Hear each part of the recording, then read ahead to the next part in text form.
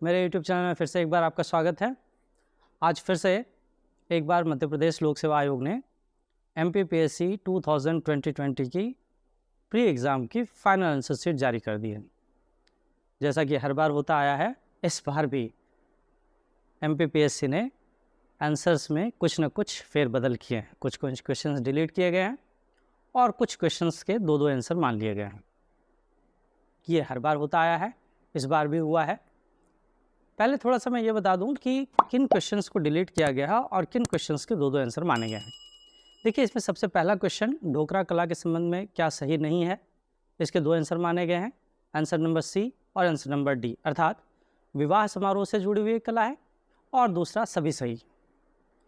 जिन विद्यार्थियों ने भी ये दोनों आंसर में से कोई भी एक आंसर लगाया है, उनका आंसर सही माना जाएगा। दूसरा प्रश्न जिसमें परिवर्तन किया गया है, उसके आंसर में परिवर्तन किया गया है, किस स्थान पर बौद्ध गुफाएं स्थित नहीं हैं, इसके भी दो आंसर माने गए हैं, सी और डी। सी में आंसर सांची है और डी में आंसर बलसार है।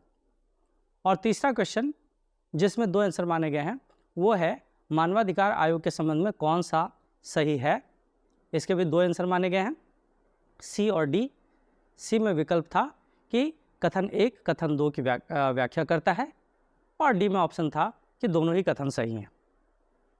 तीन तो ऐसे क्वेश्चन हैं जिनके दो आंसर दिए गए हैं और दो क्वेश्चन डिलीट किए गए हैं, जिसमें से पहला प्रश्न जो कि बहुत सिंपल सा प्रश्न था, भारत छोड़ो आंदोलन कब प्रारंभ हुआ, इसका आंसर बहुत सिंपल सा था, 9 अगस्त 1942 को।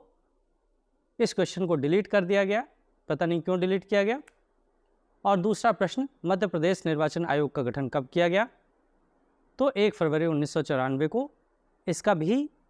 इस प्रश्न को भी डिलीट कर दिया गया। अर्थात अब जो आपकी फाइनल मेरिट लिस्ट बनेगी वो 98 क्वेश्चंस से बनेगी।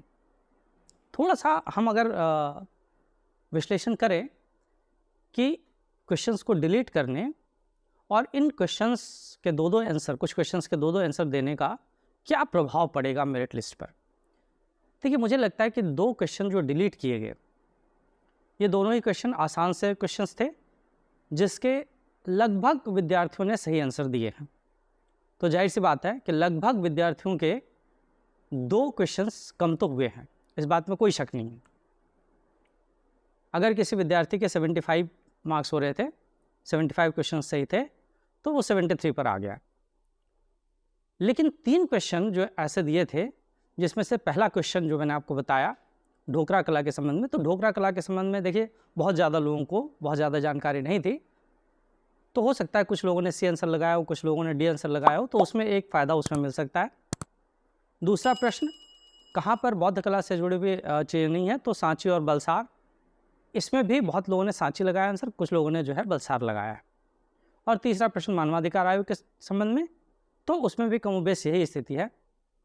देखिए, मैं मानकर चलता हूँ कि कमोबेश हमारी जो स्थिति है वो कुछ क्वेश्चंस के सही होने और कुछ क्वेश्चंस के डिलीट होने के बाद लगभग वहीं पर रहेगी। लेकिन मेरिट लिस्ट पर इसका असर जरूर आने वाला है। मेरिट लिस्ट पर इसका असर क्या आएगा, उसके बारे में हम अब चर्चा करते हैं। देखिए, ये पिछली बार हमने चर्चा की थी कि किस तरह से किस कैटेगरी में कितने प्रश्न सही हों तो हमारे सिलेक्शन के चांसेस हैं। सबसे पहले हम लोगों ने अनरिजर्व मेल की चर्चा की थी। मैंने एक एस्टिमेट बताया था कि लगभग 73 से 74 क्वेश्चंस जिसके सही हैं, वो अपने आप को सेफ जोन में मान सकता है।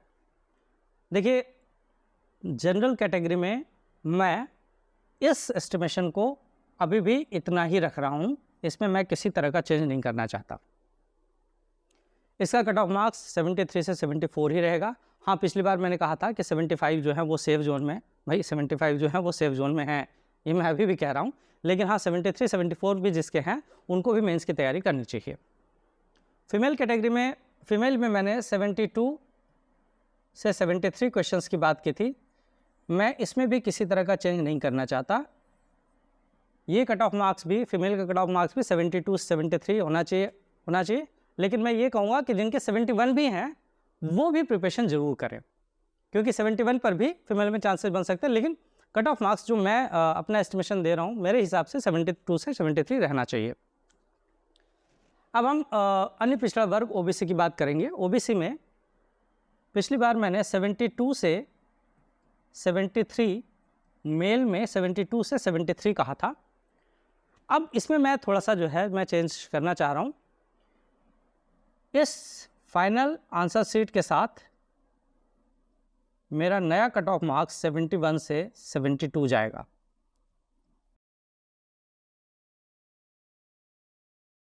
ये न्यू कट ऑफ मेरा 71 से 72 में मानकर चल रहा हूँ।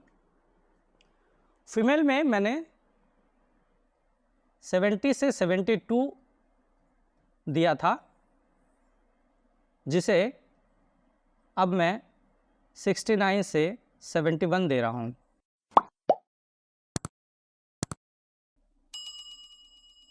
मुझे लगता है कि 69 से 71 के बीच जिनके मार्क्स हैं उन्हें तैयारी ज़रूर करनी चाहिए ओबीसी फीमेल में।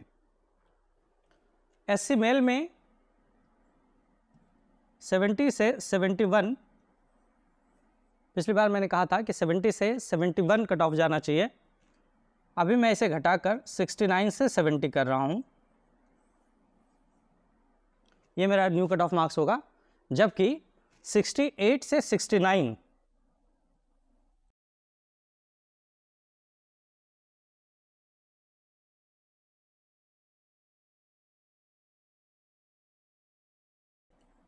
68 से 69 मैंने पुराने आंसर सेट के साथ 68 से 69 की बात की थी।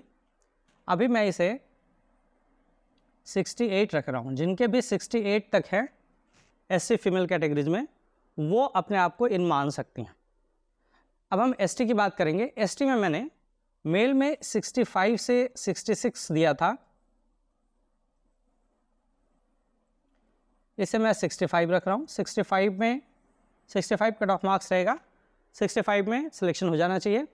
फीमेल में मैंने 63 से 64 दिया था, इसे मैं घटाकर 62 से 63 कर रहा हूँ। तो ये न्यू कट ऑफ मार्क्स मेरे हिसाब से होना चाहिए।